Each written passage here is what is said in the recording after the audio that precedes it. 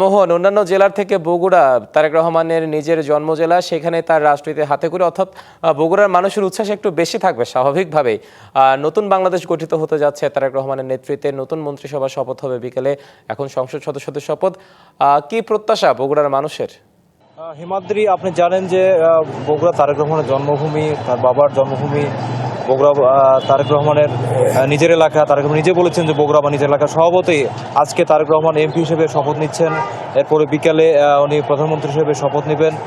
বগুড়াবাসী খুবই আনন্দিত। এই জন্য আমি আসার পথে দেখলাম যে অনেকেই টেলিভিশনের সামনে বসে আছেন এই শপথ অনুষ্ঠান দেখার জন্য।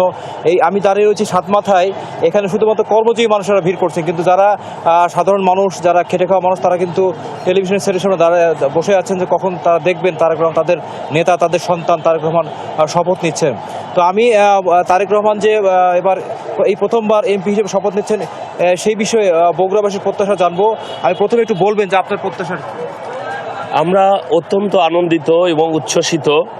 আমাদের রক্তের মধ্যে আনন্দের হিল্লোল বয়ে যাচ্ছে যে আজকে আমরা এই অবহেলিত জনপদের এই বগুড়াবাসী হিসেবে আমরা প্রায় 2 দশক পরে আমরা আজকে প্রধানমন্ত্রী পেতে যাচ্ছি।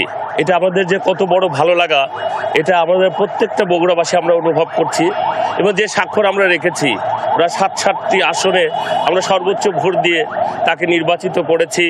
আজকে আমাদের ভালো লাগাটা অন্য মাত্রার, কারণ আমরা এই বগুড়াবাসী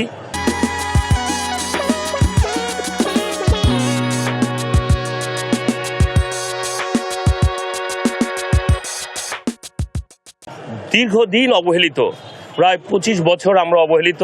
আমরা এখানে কিছুই পাইনি, আমাদের কোনো উন্নয়নের ছোঁয়া লাগেনি। এখানে এত বড় একটি পৌরসভা, যেটা সিটি কর্পোরেশন হওয়ার কথা ছিল, সেটা হয়নি। আমাদের এখানে একটা প্রযুক্তি বিশ্ববিদ্যালয় এবং একটি পাবলিক বিশ্ববিদ্যালয় হওয়ার কথা ছিল, সেটা এখানে হয়নি।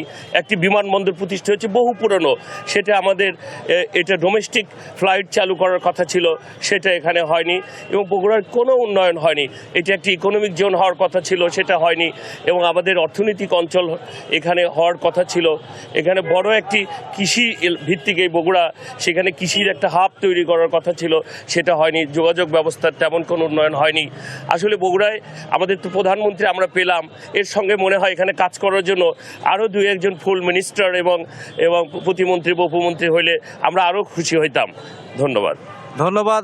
শুনছিলেন হিমাদ্রি যে বগুড়াবাসী শুধু প্রধানমন্ত্রী নয়, 2-1জন মন্ত্রীও চাই। আমি আরেকজনের প্রত্যাশা শুনবো একটু। ধন্যবাদ। যে আমরা আসলে আজকে আমরা এত আনন্দিত তা ভাষা প্রকাশ করতে পারবো না, কারণ তারেক রহমান আমাদের বগুড়ার সন্তান। নট অনলি বগুড়া, সে উত্তরবঙ্গের সন্তান আমরা মনে করি। কারণ তার কাছে আমরা এখন মনে করি বাংলাদেশের যে বর্তমান প্রেক্ষাপট, এই বাংলাদেশের স্ট্যাবিলিটির জন্য এই ধরনের লিডারই আমরা আশা করছিলাম। এবং তারেক রহমানই আমরা মনে করি সে বাংলাদেশকে স্ট্যাবিলিটি এবং গণতন্ত্র প্রতিষ্ঠা করতে পারবে। তার কিছু উদাহরণস্বরূপ আমি বলতে পারি যে আমরা যে গতকাল বা পরশুদিন যে এটা দেখলাম যে পরপর 3টা বিরোধী দল বা অন্য দলের প্রধানের বাসা সে নিজে গিয়ে যেভাবে দেখা করছে, মানে 54 বছর ইতিহাস, যে ইতিহাসটা সৃষ্টি করেছে, আমরা অত্যন্ত আনন্দিত। এবং বাংলাদেশের জনগণ যেটা আশা করে, এই ধরনের লিডারই আমাদের প্রয়োজন।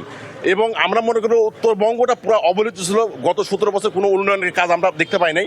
আমরা আশা করব যে জনাব তারেক রহমানের হাত ধরে পুরো উত্তরবঙ্গটা, সারা বাংলাদেশে তো উন্নয়ন করবেন, কিন্তু আমরা মনে করব সারা উত্তরবঙ্গটা তার চেয়ে বেশি, এই জন্য আমরা আশাবাদী তার কাছে। হিমাদ্রি, আপনি শুনছিলেন বগুড়া পাশাপাশি উত্তরবঙ্গের মানুষ খুব আনন্দিত, আশাবাদী তারেক রহমানকে নিয়ে। মোহন, ধন্যবাদ আপনাকে যুক্ত হওয়ার জন্য।